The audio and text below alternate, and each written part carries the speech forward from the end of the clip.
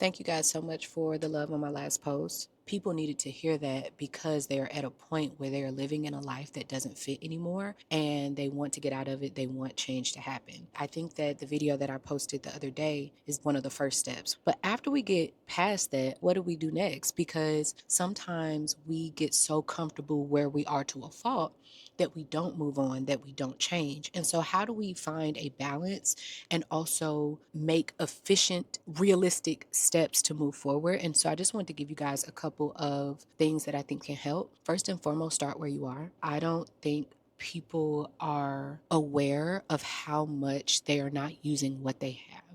We need to understand that if you're asking for something new, a tower moment, a fall has to happen. Something's going to have to go. If you want a new job, that means that you're going to have to lose the old one. And you don't get to choose how you lose it. Like, you might get fired, you might get laid off, you might, I don't know, you might start a tussle. But the point is that we get so attached to the emotional release of the things that we need to let go that we get distracted. So make it a habit to start letting go of certain things. That's why we do the spring cleaning. We do it to clear out the energy and let God know that, hey, I'm taking care of what you've given me. I'm letting go of the things that I'm not using so that way it can bless somebody else. Get comfortable with that. That's one. Two, start where you are. I don't even know if these numbers make sense anymore. I remember I was maybe like a year after having my son and I was looking in the mirror and I was saying something about myself, and the young lady that I was getting ready with was like, Samaya, the only thing that's unattractive about you is what you're saying. But if you don't like how you look, do something about it. And that always stuck with me because think about it. Like, there are people out there that are bigger than you or smaller than you that you think have it going on, right? The thing was, I saw something wrong with me. And a lot of people be like, oh, I don't have time to go to the gym. I don't have the money for a trainer. You have legs. You have legs. I don't know about y'all, but when you're losing weight, the best part is in the beginning, when you have a whole bunch of weight to lose. If I said I want to drop 20 pounds, if I'm 300 pounds, it's going to happen like that. All you got to do is walk 10 minutes a day. It's going to happen like that. But once you get down to like 150 pounds, losing 20 pounds gets very, very hard, very, very difficult, very, very miserable. Okay? Enjoy the beginning steps. You have to understand that I always say this: God is a bad bitch that loves some feet in braids, which means as long as you got at least an inch for God to grip, he will add on that hair, feed it in, and give you all the things. But you have to be able to provide that inch. Start where you are. Last year, my life was, falling apart. And I was telling my best friend, he's a physical therapist, that, physically, I don't even feel like myself. And he was like, well, just start walking 10 minutes a day. And I was like, well, that's just not enough. It's just da, da, da, da. And I'm going on giving all these excuses, right? About why that's not enough. And he said, well, are you walking 10 minutes a day now? Oh, shut me up. So I started walking. For the first month of me working out this year, all I did was walk and stretch. And I think I lost about 10 pounds that very first month. Because the thing is that something is always more than nothing. Something is always more than nothing, right? But if you are in your head even about starting where you are, I also want to help offer some reframe. A lot of y'all are thinking about the end result and where you want to be versus thinking about where you are right now. And if you have not read Atomic Habits, pick it up. I ain't gonna lie to y'all. There is a 10-minute clip from Atomic Habits that changed my life that I never actually read the entire book. Okay? Don't let nobody tell you that you got to do all these things, whatever. Listen to something. If you're inspired by it, apply it. Okay? Fake it till you make it. Yes, you need some discipline, but sometimes doing something as a 10-day challenge happens before discipline happens. Discipline has to happen before you get to devotion, because you're going to get to a point that discipline ain't going to work. I was very disciplined last year. It wasn't until I became devoted to myself that I actually started getting up out of the situations that I was in. Being disciplined wasn't helping. I had to tell my son earlier, he was trying to get a knot out of his shorts. He started using his teeth. He was biting that shit hella hard. And then he was like, Mommy, I can't get it. And I did it. And I started pulling it softly. And I said, sometimes trying harder doesn't mean actually doing it harder. Sometimes it means doing it softer. Okay? So I need y'all to understand that you should not even be thinking about where you want to go. Because once you get started and you really get into it, God gonna take over and you might end up a whole different direction. Why even stress yourself? You're using that to delay what really needs to happen right now. The video said if you want to be a reader, that don't mean you got to read 12 books in a year.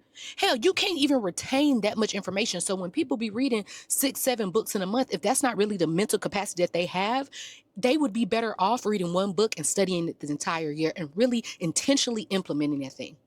The clip said, if you want to be a reader, place your book on your pillow and read a page a night. But when you do little steps like that, you gain confidence. You start believing that you can do it. See, the thing is that you guys we want to move with discipline and we want to be motivated. What y'all see me moving in is confidence. I'm moving in confidence. It comes from doing what you said you were going to do for you to start believing you. You don't be trusting you. You don't trust it. But sometimes the steps that you give yourself are set up for you to fail. They are set up for you to fail. You keep setting yourself up to fail. You're like, oh, I'm going to do 2 a days. I'm going to do the 75 hard challenge. How about 7 easy? Let's do 7. Let's just start with 7. We ain't even at the 75 yet. Let's start with 7 easy. I have never done a full 75 hard challenge. I've done 75 medium.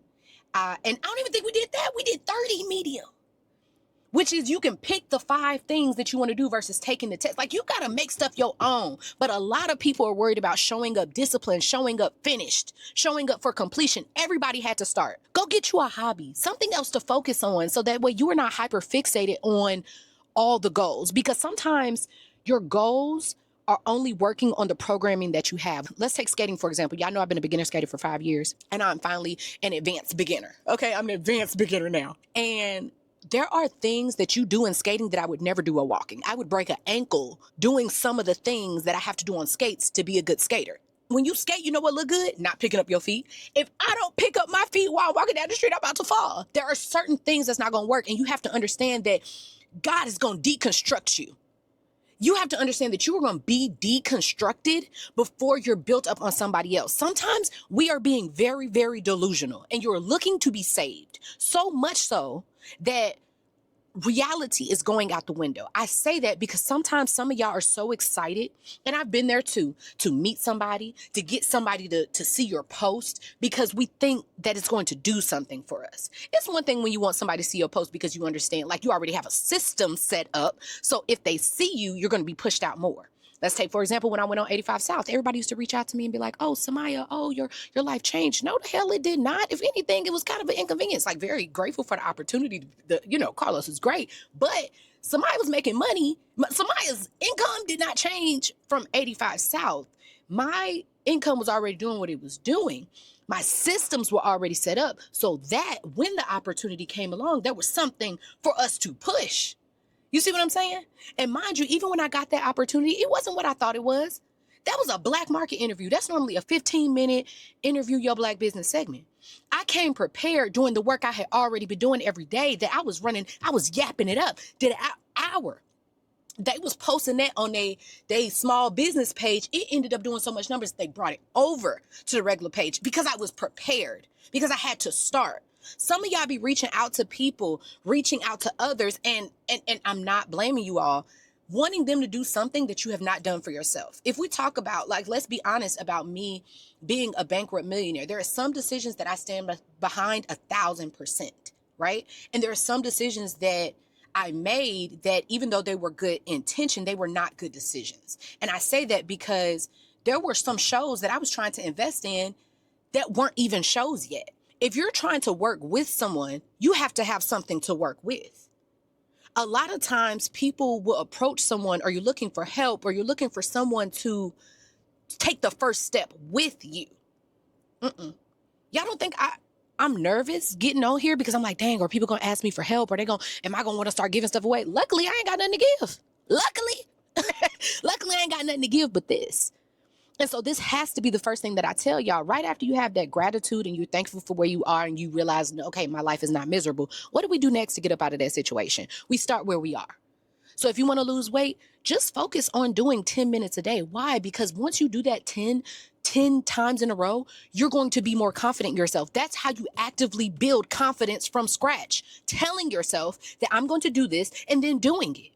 If somebody else told you that they were going to do something with you and they did not show up for 10 days, you would not believe them anymore.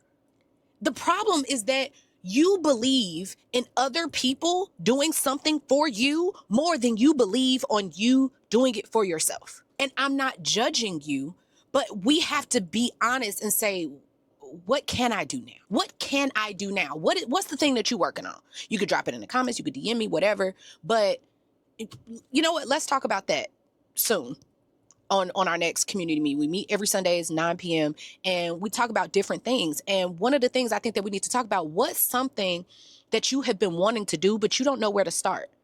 If you want to learn how to skate, you don't have to wait for skate lessons. You can start by going to the skating rink. You might not be good, but if you go and you put on the skates and you get on the floor, you are skating. The problem is not that you don't know where to start. The problem is that you want to be great.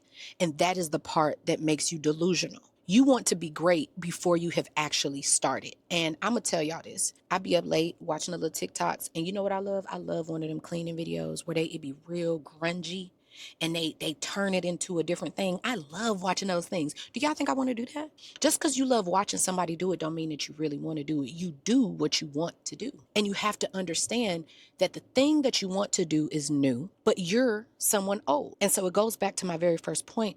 Let's work on letting some things go. Let's get in the habit of that, because God gonna take it or you can let it go. I would just encourage you to start letting it go. I should have let the goddamn house go. Now that mud is up for foreclosure. Okay? It is currently being foreclosed because I did not let it go. So now it's being taken. You know? So start by letting go of some of the clothes that you can't fit anymore. Let go of something that was your favorite that you haven't actually touched. Give God an inch. Give the universe an inch. Say, you know what? I'm ready to start letting things go, because you can only handle so much. You have to remember that I had this van while I was a millionaire and I barely used it because I had so much. I did not actually have time for the things that I had. So let God know that you're ready by starting to get rid of some things. Let God know that you're ready by starting where you are. If you say, I want to open a potato chip company, how about you go look up how many types of potatoes there are? Atomic habits. It is small building blocks that actually build your confidence for you to start changing into someone new. I love y'all. Thanks for listening again. If this helped, please let me know. Bye.